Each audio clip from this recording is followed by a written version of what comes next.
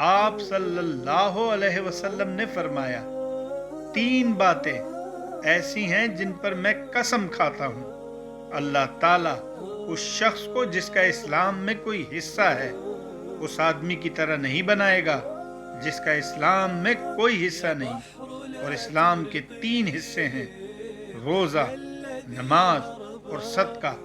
अल्लाह ताला ऐसा नहीं कि एक बंदे को दुनिया में दोस्त बनाए और क़यामत के दिन उसको किसी और के हवाले कर दे।